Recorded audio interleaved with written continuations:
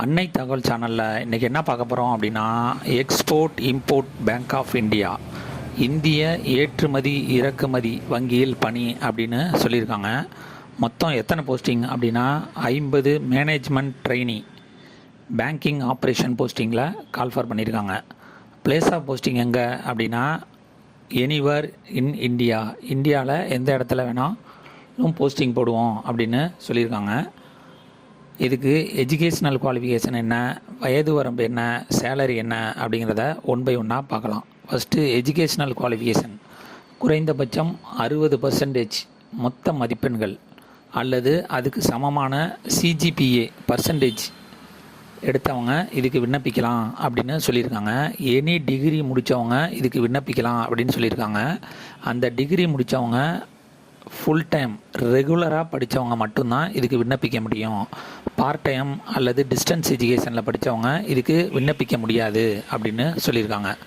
இதை தவிர post graduate MBA, PGDBM, PGDBA அல்லது எம்எம்எஸ் முடித்தவங்களும் இதுக்கு விண்ணப்பிக்கலாம் அப்படின்னு சொல்லியிருக்காங்க. With specialization in finance, foreign trade, international business அல்லது சார்ட்டர்ட் அக்கௌண்ட் முடித்தவங்களும் இதுக்கு விண்ணப்பிக்கலாம் அப்படின்னு சொல்லியிருக்காங்க.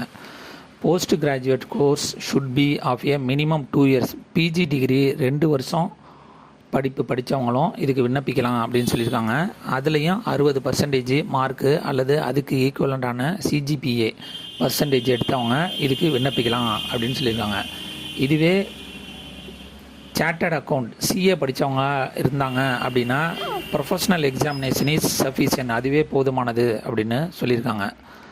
அதே மாதிரி பிஜி டிகிரி படிச்சுக்கிட்டு இருக்கவங்க அப்பியர் அல்லது அப்பியரிங் பரீட்சை எழுத போகிறவங்க இவங்க 2 பேருமே இதுக்கு விண்ணப்பிக்கலாம் அப்படின்னு சொல்லியிருக்காங்க.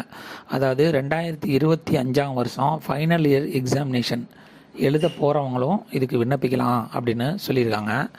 வயது வரம்பு என்ன சொல்லியிருக்காங்க அப்படின்னா 7/10/2024 அன்னைக்கு 21 வயசுக்கு கீழே இருக்கக்கூடாது, அதே மாதிரி 28 வயசுக்கு மேலே இருக்கக்கூடாது அப்படின்னு சொல்லியிருக்காங்க. Relaxation of upper age limit என்ன கொடுத்துருக்காங்க அப்படின்னா எஸ்சி/எஸ்டி கேண்டிடேட்டாக இருந்தாங்க அப்படின்னா அவங்களுக்கு 5 இயர்ஸ் ஏஜ் ரிலாக்ஸேஷன் கொடுத்துருக்காங்க. அதுவே ஓபிசி கேண்டிடேட்டாக இருந்தாங்க அப்படின்னா அவங்களுக்கு 3 இயர்ஸ் ஏஜ் ரிலாக்ஸேஷன் கொடுத்துருக்காங்க. ஃபிசிக்கலி சேலஞ்சு ஜென்ரல் மற்றும் எக்கனாமிக்கலி வீக்கர் செக்ஷன் கேண்டிடேட்டாக இருந்தாங்க அப்படின்னா அவங்களுக்கு 10 வருஷம் ஏஜ் ரிலாக்ஸேஷன் கொடுத்துருக்காங்க. அதுவே ஃபிசிக்கலி சேலஞ்சு எஸ்சி/எஸ்டி கேண்டிடேட்டாக இருந்தாங்க அப்படின்னா அவங்களுக்கு 15 வருஷம் ஏஜ் ரிலாக்ஸேஷன் கொடுத்துருக்காங்க. அதுவே ஃபிசிக்கலி சேலஞ்சு ஓபிசி கேண்டிடேட்டாக இருந்தாங்க அப்படின்னா அவங்களுக்கு 13 வருஷம் ஏஜ் ரிலாக்ஸேஷன் கொடுக்குறோம் அப்படின்னு சொல்லியிருக்காங்க. இதை தவிர கடைசியாக எக்ஸ் சர்வீஸ் மேன் கேண்டிடேட்டாக இருந்தாங்க அப்படின்னா ஆஸ் பர் கவர்மெண்ட் பாலிசி பிரகாரம் அவங்களுக்கு ஏஜ் ரிலாக்ஸேஷன் கொடுக்குறோம் அப்படின்னு சொல்லியிருக்காங்க.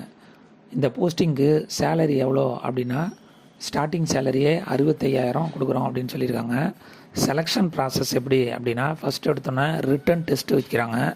அந்த ரிட்டன் டெஸ்ட்டில் பாஸ் பண்ணுறவங்களுக்கு பர்சனல் இன்டர்வியூ மூலிமா செலக்ட் பண்ணுறோம் அப்படின்னு சொல்லியிருக்காங்க. அப்ளிகேஷன் ஃபீஸ் எவ்வளோ அப்படின்னா எஸ்சி/எஸ்டி, எக்கனாமிக்கலி வீக்கர் செக்ஷன் மற்றும் ஃபீமேல் கேண்டிடேட்டாக இருந்தாங்க அப்படின்னா அவங்களுக்கு 100 rupees ஆன்லைன் எக்ஸாமினேஷன் ஃபீஸு அப்படின்னு சொல்லியிருக்காங்க. இதுவே ஜென்ரல் மற்றும் ஓபிசி கேண்டிடேட்டாக இருந்தாங்க அப்படின்னா அவங்களுக்கு 600 ரூபா ஆன்லைன் எக்ஸாமினேஷன் ஃபீஸு அப்படின்னு சொல்லியிருக்காங்க. விண்ணப்பிக்க கடைசி நாள் 7/10/2024. டிஸ்கிரிப்ஷனில் லிங்க் கொடுத்துருக்கேன். விண்ணப்பித்து வெற்றி பெற்று பணியில் சேருக. நன்றி, வணக்கம்.